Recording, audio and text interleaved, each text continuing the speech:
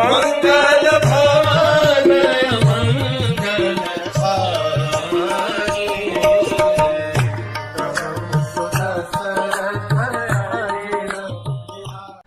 हरे कृष्ण। कल हमने देखा किस प्रकार से प्रभु रामचंद्र और लक्ष्मण को दशरथ महाराज ने विश्वामित्र के हवाले कर दिया और वो तीनों अयोध्या के प्रांगण से बाहर आ रहे हैं। संपूर्ण अयोध्यावासी इन तीनों को देख रहे हैं। विश्वामित्र मुनि तो गेरुए रंग में है, लेकिन राम और लक्ष्मण दोनों ही राजसी वस्त्रों में हैं। उन्होंने अलग अलग आभूषण परिधान किए हुए हैं।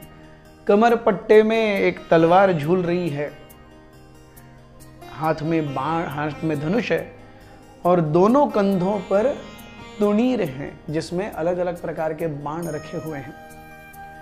राम और लक्ष्मण के पास इतने तुणीर में बाण थे दोनों और कि ऐसा लग रहा था जैसे 3 सिर वाले नाग अयोध्या में से बाहर जा रहे हैं। अयोध्या के निवासी प्रभु रामचंद्र की इस सुंदरता को और लक्ष्मण की सुंदरता को देख करके इतने भाव विभोर हो गए, सारे राम की और लक्ष्मण की जय जयकार कर रहे हैं। अयोध्या की स्त्रियां ऊपर से पुष्पगुच्छ और पुष्प पंखुड़ियां राम के ऊपर विश्वामित्र मुनि के और के ऊपर डाल करके उनको अभिवादन कर रहे हैं। हर जगह पर हाथी उनके सामने से लिए के जाए जा रहे हैं, वाद्य सुंदर बजाए जा रहे हैं। जगह जगह पर अनब्रोकन ग्रेन्स के गुच्छ रखे हुए हैं। केले और आम के पत्तों से पूरे रास्ते को सजाया गया है। ये एक महान अवसर है जहां पर पूरी अयोध्या के सबसे महत्वपूर्ण 2 राजपुत्र राम और लक्ष्मण उनके जीवन में एक बहुत ही महत्वपूर्ण पड़ाव के लिए जा रहे हैं। विश्वामित्र मुनि से शास्त्र अध्ययन करने के लिए जा रहे हैं, शस्त्र अध्ययन करने के लिए जा रहे हैं। राम और लक्ष्मण और विश्वामित्र धीरे धीरे करके अयोध्या की सुंदर गलियों से दूर आए। उन्होंने वन में प्रवेश किया। अयोध्या के सुंदर घरों ने अब जंगल में छोटे छोटे रास्तों का रूप ले लिया था। आजू बाजू में जो घर होते हैं उन्होंने आजू बाजू के खेतों का रूप ले लिया था। जो सामान्यतः पाले जाने वाले जानवर होते हैं उन्होंने जंगली जानवरों का रूप ले लिया था। Scene had changed.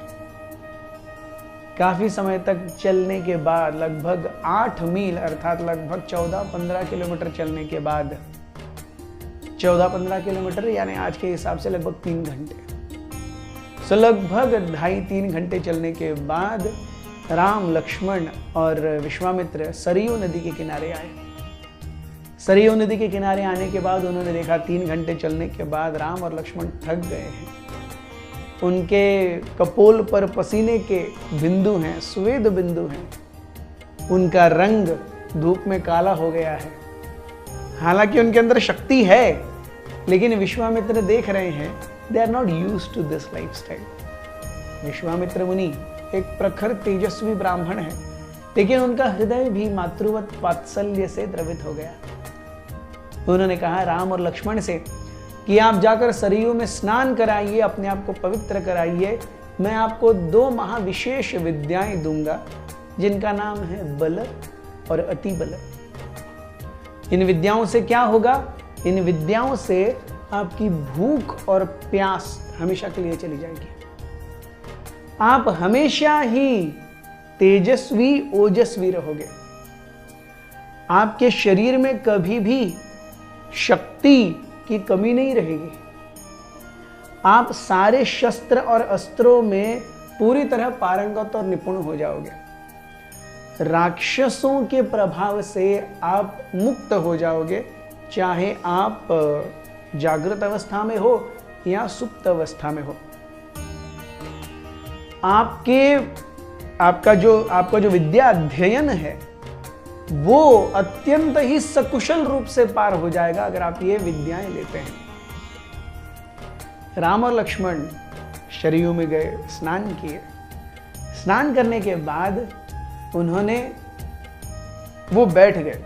गौर करने की बात है, विश्वामित्र मुनि ने ये बल और अति बल जो विद्या है वो केवल राम को दी।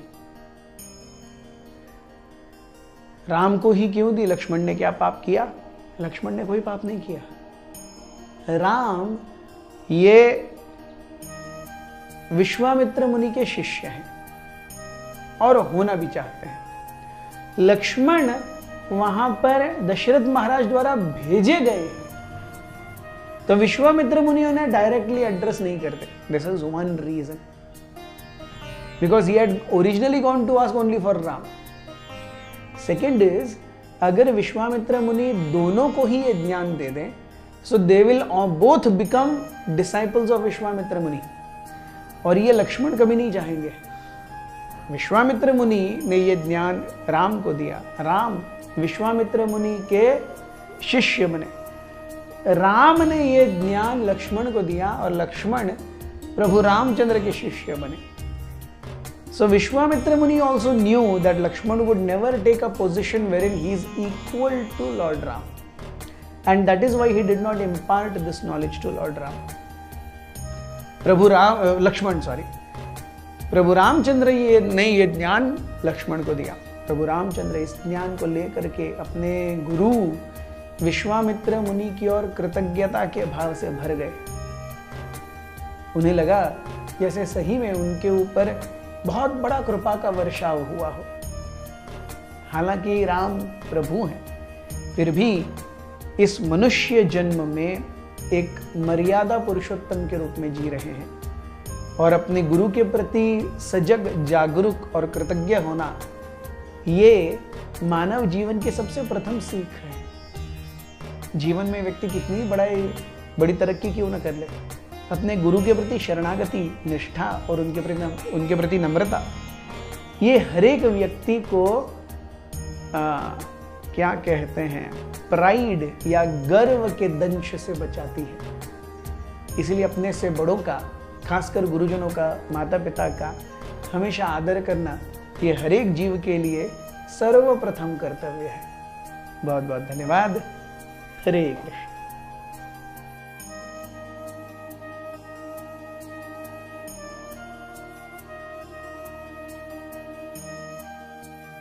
मंगल